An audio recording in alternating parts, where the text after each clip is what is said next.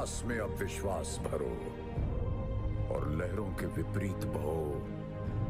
हाथों में विजय मशाल लिए विश्वास पे अपने खड़े रहो, विश्वास पे अपने खड़े रहो, अड़े रहो, अड़े रहो, अड़े रहो। कहा यहोवा पूरा छुटकारा देने वाला परमेश्वर है। जब परमेश्वर आपको देखता है तो वो इस निगाह से देखता है कि मैं इसकी पारिवारिक प्रॉब्लम से इसको छुटकारा दूंगा, मैं इसको फाइनेंशियली छुटकारा दूंगा, मैं इसको गलत आदमियों से छुटकारा दूंगा, अनफ्रूटफुल लोगों से छुटकारा दूंगा, मैं इसकी बीमारी से छुटकारा दूंगा, मैं उसे पूरा छुटकारा दूंगा। बाइबल कहती है यहोवा पूरा छुटकारा देने वाला परमेश्वर है। बहुत से अमीर लोग हैं, बहुत से अमीर सेलिब्रिटीज हैं, उनके पास पैसा है पर छुटकारा नहीं। कोई डिप्रेशन से लड़ रहा है, कोई बीमारी से लड़ रहा है, कोई फैमिली फेलियर से लड़ रहा है, क्योंकि उनके पास पूरा छुटकारा नहीं मिल सकता, क्योंकि बाइबल कहती है यहोवा ही है जो पूरा छुटकारा तुम्हें दे सकता है। अब सुनो ध्यान से, दाऊद के पास पूरा छुटकारा था, सिर्फ एक जगह छुटकारा नहीं था, वो था उसका परिवार। कारण था खुद दाऊद कि उसने परिवार के विषय में परमेश्वर की आज्ञा को नहीं माना और जो कुछ परमेश्वर का वचन कहता था उसने फॉलो नहीं किया। क्योंकि परमेश्वर, बाइबल कहती है, वो पक्षपात करने वाला परमेश्वर नहीं है। ना ही वो शक्लों को देखता है, ना ही वो ये देखता है कि तुम कितने बड़े दास हो या कितने छोटे विश्वासी हो। अगर तुमने वचन फॉलो किया वो तुम्हें ब्लेस करेगा, अगर तुम वचन से हटे तो तुम खुद श्रापित हो जाओगे। वो सुलेमान जिसको परमेश्वर ने 2 बार दर्शन दिया, पहली बार जब उसको बुद्धि देनी थी, जब उसको, उसके बाद जब उसने परमेश्वर का भवन बनाया तब उसको दर्शन दिया। सुलेमान के जैसे कोई बुद्धिमान व्यक्ति पूरी दुनिया में नहीं था। दूर दूर से लोग उसको देखते, उसको उसके कपड़े, उसके खाने, उसके पहनने, उसके जो लोगों के साथ मिलने का सिस्टम था, जो उसके कर्मचारी थे, वो उनको देखने के लिए दूर दूर से आते थे। और बाइबल कहती है ऐसी धरती पे कोई चीज नहीं थी, आसमान पे कोई चीज नहीं थी जिसका जिक्र सुलेमान ने नहीं किया हो। जितने नीति वचन लिखे उसने, उनमें से 5% भी बाइबल में नहीं है जितने उसने टोटल लिखे थे। कुछ आप बाइबल में पढ़ते हैं।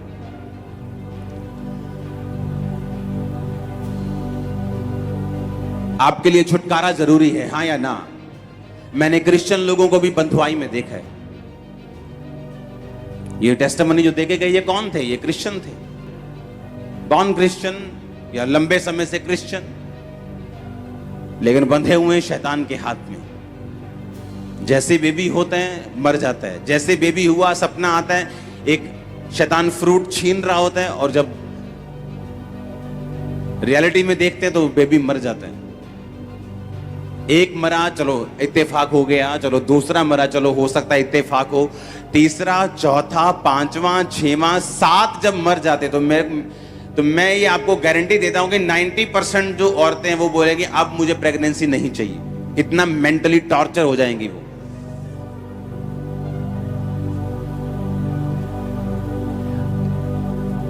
ये 7 हफ्ते में आपको छुटकारे का वचन दे रहा हूं, इसे ध्यान से सुनना।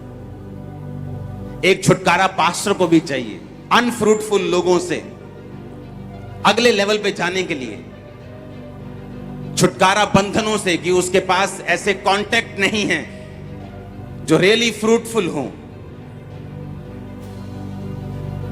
फाइनेंशियल छुटकारा कि हर टाइम एक ही लेवल पे आप रहते हैं। उस कर्ज से छुटकारा कि आपकी फैमिली में कोई भी उस एक हद से आगे नहीं बढ़ पाता।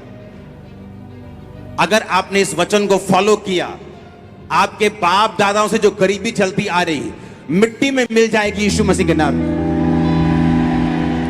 आप उसे ब्रेक कर देंगे, पहले होंगे जो जहाज पे बैठेंगे और अमेरिका घूमेंगे। मैं आपको सच कह रहा हूं, मैं आपको सच कह रहा हूं।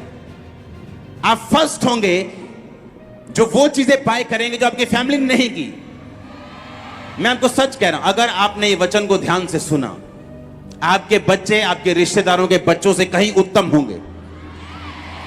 अगर सुनो मेरी बात वचन की है।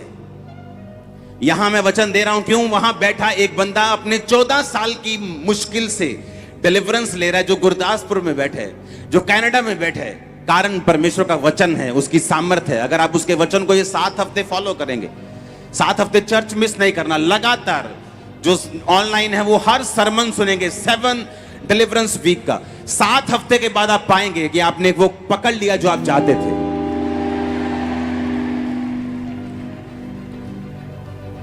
हर वो जादू, वो टोना, वो बंधन जो आपके पीछे पड़ा रहा है सालों से, ये 7 हफ्ते के बाद शर्मिंदा होगा आपकी लाइफ से। ये आपके डिलीवरेंस वीक है और ये होगा। आमीन। ऊंचा ये ब्लेसिंग तुम्हारी ये चर्च।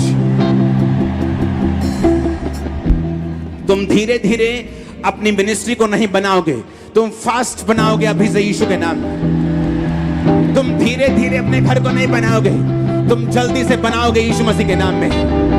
हालेलुया। इस डिलीवरेंस के वचन को अंदर समा लेना। पहले हफ्ते का वचन क्या था, दूसरे हफ्ते का क्या था, संडे का शाम का क्या था, थर्सडे क्या था, उसे लिखना। लिखे बिना इस वचन को नहीं जाना।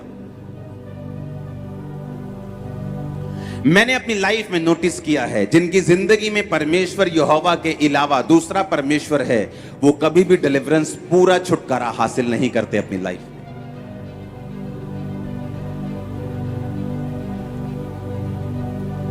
वो 40 रोजे छोड़ दे, वो 400 रोजा रख लें, तब भी डिलीवरेंस नहीं होगी। वो 800 रोजे रख लें, नंगे पैर जाएं, अपना सब कुछ दे दें, तब भी उनकी डिलीवरेंस नहीं होगी। परमेश्वर ने कहा, तू अन्य जाति की औरत में शादी मत करना, ऐसा ना हो कि वो अपना मन, तेरा मन अपने देवताओं की ओर तुझे बहका दे। सुलेमान जो हर तरफ से कामयाब व्यक्ति था, क्योंकि उसके पिता ने उसके लिए लड़ाइयां लड़ी थी, और जब उसको राज्य मिला वो बड़ा स्थिर राज्य था। और बाइबल कहती सुलेमान ने सिर्फ ग्रोथ की, क्योंकि फाइट नहीं थी उसकी लाइफ में, सिर्फ ग्रोथ बढ़ता गया। इधर से टैक्स आ रहा है, उधर से टैक्स आ रहा है, ये राज्य के साथ संधि हो रही, उस राज्य के साथ संधि हो रही, वो सोना भेज रहा है, वो इतने टन सोना लेके आ रहा है। अगर आप बाइबल पढ़ेंगे ध्यान से, सुलेमान हर टाइम, जिस तरह दुबई है आज, हर तरफ से पैसा आ रहा है, प्रॉपर्टी से पैसा आ रहा है, इधर से पैसा, उधर से पैसा, वो सुलेमान उससे कहीं अधिक ऊपर था और हर तरफ से ब्लेस था। और बाइबल कहती जो औरतों के साथ उसने शादी की थी, धीरे धीरे उन औरतों ने उसका मन अपने देवताओं की ओर कर लिया। और सबसे डेंजरस बात है क्रिश्चियनिटी की, कि जब आप ऐसी गलतियां करते हैं, उसका असर आपको तब नहीं होता। कोई आज व्यभिचार कर सकता है और 2 महीने में उसको गाड़ी की आशीष मिल सकती है, पर इसका मतलब ये नहीं कि परमेश्वर भूल गया है। कुछ कंपनीज तनख्वाह साल बाद देती हैं, कुछ पाप का असर सेम डे होता है, कुछ पाप का असर 6 महीने में होता है, कुछ पाप का असर साल में होता है, कुछ पाप का असर 10 साल में होता है। जिन लोगों ने यीशु मसीह को क्रूस पे चढ़ाया, परमेश्वर ने कहा मेरे लिए नहीं, अपने और अपने बालकों के लिए रो। पता क्या हुआ? यीशु मसीह के क्रूस पे चढ़ने के कुछ साल बाद उस जगह पे अटैक किया गया, परमेश्वर का भवन तोड़ दिया गया, उन सब लोगों को बंधु बना लिया गया था। वो क्रूस पे चढ़ाने का असर एकदम से उनको सजा नहीं मिली, उनके बच्चों तक ने वो सजा भोगी, क्योंकि कुछ पापों का असर एकदम से नहीं होता। और इसलिए यूथ जो है वो मिसअंडरस्टैंड कर लेता है इस चीज को, कि मेरी तो बॉयफ्रेंड को परमेश्वर ने अलाउ कर दिया, देखो मेरा बॉयफ्रेंड है, गर्लफ्रेंड है, ये देखो खुदा ने मुझे ब्लेसिंग दी है, मेरी जॉब में प्रमोशन हो गई।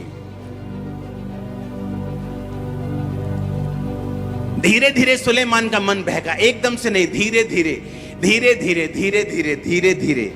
पहले धीरे धीरे वो लेके गई होगी, पहले धीरे धीरे कुछ खिलाया होगा।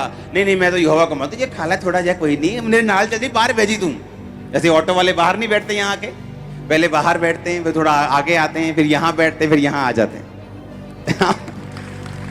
पहले छोड़ने आए थे, फिर लगा कि यार देख आते तो है ही, देखते ले क्या बोलता क्या ये बंदा, देख सुन तो ले। फिर बाहर से सुनना शुरू किया, तो गलत है, ठीक है यार। फिर अंदर आए, फिर आगे आ गए, और कभी स्टेज पे भी पहुंच जाओगे। हालेलुया। आप समझ रहे हैं मेरी बात को कि नहीं?